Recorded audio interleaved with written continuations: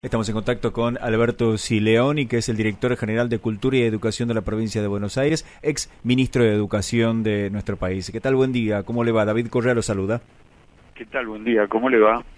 Muy bien, pero queríamos charlar un segundo con usted, porque hay cuestiones que nos han sorprendido estas últimas semanas, y es como la derecha, los partidos de derecha, que en este caso en Argentina uno de sus principales referentes es Javier Milei, el economista, que ha empezado a cuestionar consensos básicos de nuestra democracia, como por ejemplo la existencia del Ministerio de Educación como tal, como lo conocemos. Ha empezado, por ejemplo, a señalar, apuntó también incluso contra las universidades públicas, que son centros de adoctrinamiento. ¿Cuál es su mirada acerca de eso?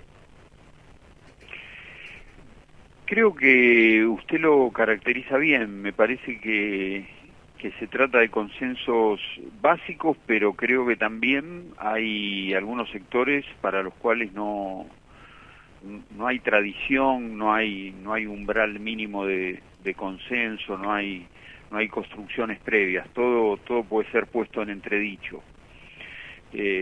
Con lo cual, bueno, ahí tenemos un problema. Yo, independientemente de las personas, trato de discutir ideas, que es lo que me parece que la sociedad quiere escuchar, porque las personas van, vienen.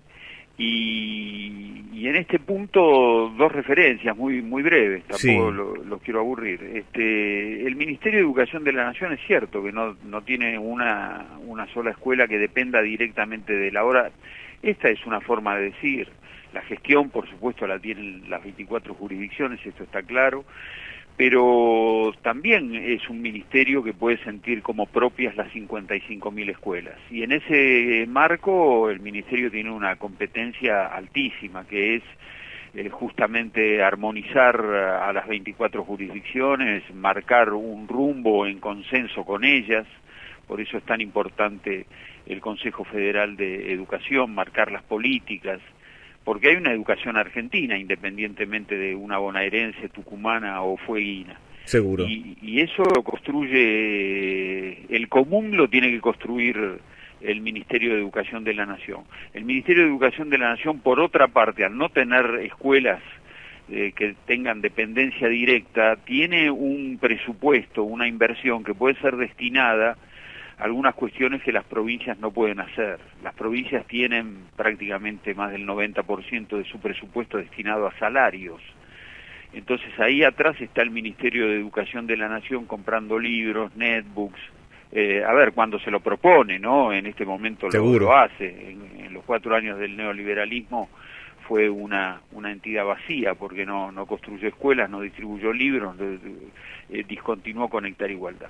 Eso por un lado. Por el otro lado, como usted dice, siguiendo su razonamiento, la derecha siempre es proclive a denunciar el adoctrinamiento en las instituciones públicas, nunca lo hacen con las privadas, y yo la verdad que salto para arriba, David, respecto de ese concepto. Yo creo que en la democracia no hay adoctrinamiento en términos generales, y tampoco creo que lo haya habido en el neoliberalismo. Digo, hay opiniones, la escuela es un ámbito de resonancia de las opiniones diversas, mucho más la escuela pública, y no es en demérito de la privada, sino que la privada, por definición, sobre todo las confesionales de toda religión, intentan atender a un destinatario específico. El común lo trata la escuela pública, es el pleno de la sociedad.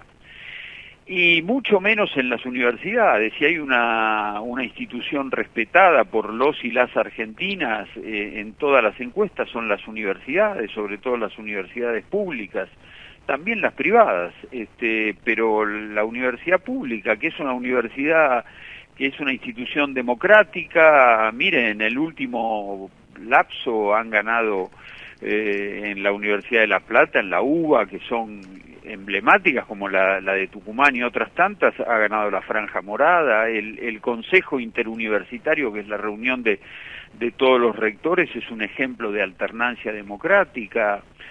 Me parece que son 58 instituciones las universidades públicas abiertas al pensamiento, más allá de que haya algún profesor que pueda transmitir con énfasis una idea, esa idea está en un juego con otras ideas, con otros pensamientos, claro, con otros modos de mirar la realidad. Ahora, no Silveni, también hay otro dato que es incontrastable porque se trata de un ranking que no está justamente hecho por alguien vinculado con el gobierno y que, por ejemplo, ha demostrado que el CONICET, desde que asumió el actual gobierno, ha ascendido 54 posiciones y se ubica en el puesto 141 a nivel global entre 8.000 instituciones académicas y científicas gubernamentales dedicadas a la investigación, que obviamente el CONICET se alimenta justamente de las universidades públicas.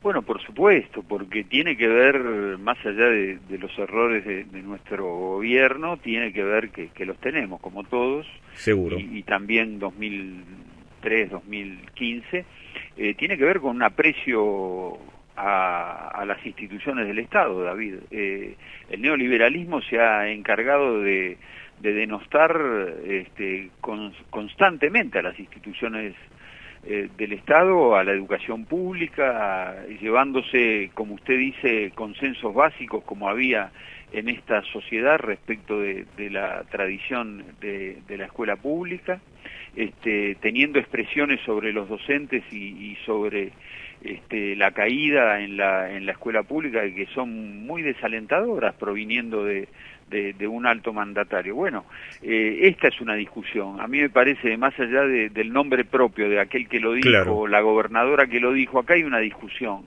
que tiene que ver con qué sociedad queremos. La escuela pública, la universidad pública construyen sociedades más horizontales, más plebeyas, porque puede acceder a la Universidad de Tucumán a algún muchacho o muchacha de los sectores más carecientes y a la escuela pública y a todas las universidades argentinas. Bueno, eso construye una sociedad que es mucho más democrática, que es más horizontal y es la que queremos nosotros. Hay otros sectores que se oponen a esto y entienden que toda inversión en la educación pública es un gasto irrelevante. ¿Para qué tantas universidades en todos lados? Claro. Diría alguien, ¿no? Sí, lo que sucede también es que a veces uno entiende que en términos de la política, aunque no vale todo, habría que tener algunos reparos, pero lo más complicado es cuando algunos comunicadores o comunicadoras hacen propio ese discurso, como por ejemplo Viviana Canosa, que hace algunos días criticó duramente a una docente de la Universidad Nacional de Tucumán que estaba haciendo en una de sus clases una crítica justamente a ese modo al que tiene Viviana Canosa de ejercer el periodismo, que es alimentando a la grieta, casi prácticamente en donde recurre habitualmente al insulto. Y claro, el latiguillo de ella fue justamente ir en contra también de la educación pública y de las universidades, y eso obviamente también cuando alguien ve que un comunicador hace propio ese discurso, digo, ahí también hay que mirar. Por supuesto que es así, pero yo en eso sería mucho más pragmático. Yo creo que nada nos sorprende a esta altura. Si pueden, se llevarán todo por delante.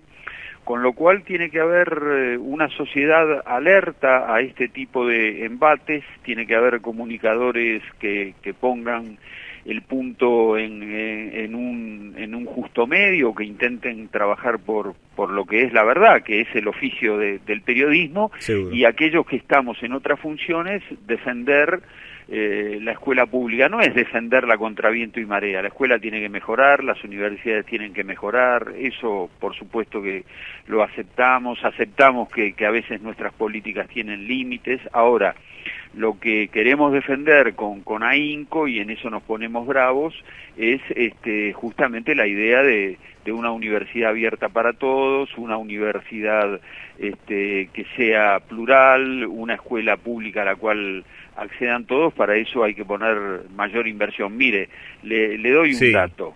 Yo creo que no hay adoctrinamiento en la democracia, lo ha habido en la dictadura. En los tiempos de la dictadura, me tocó protagonizar, había claramente adoctrinamiento y un sesgo que iba dirigido a determinados resultados. En ese tiempo o a ese tiempo, para decirlo mejor, los grandes diarios argentinos lo llamaban un tiempo de total normalidad. Claro. En aquel tiempo de desapariciones y adoctrinamiento había total normalidad. Ahora en la democracia buscan un adoctrinamiento donde no hay. Me parece que forma parte de la estrategia de descalificar lo público, que es algo que la derecha lo sabe hacer, y me parece que sobre esto o contra esto hay que oponer la más dura resistencia.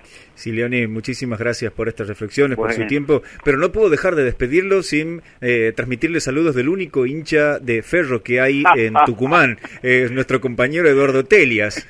No, espere, David, ahí me ofende. No, un único no puede haber. No, es más, es verdad. Es una provincia de una altísima densidad geográfica. Debe haber 2 o 3, debe haber. Sí, seguramente. Te agradezco mucho. Bien, muchísimas gracias a usted por su tiempo. Grande. Que tenga buen día. Estuvimos dialogando con Alberto Sileoni, que es ex ministro de Educación de nuestro país, pero actualmente es el director general de Cultura y Educación de la provincia de Buenos Aires.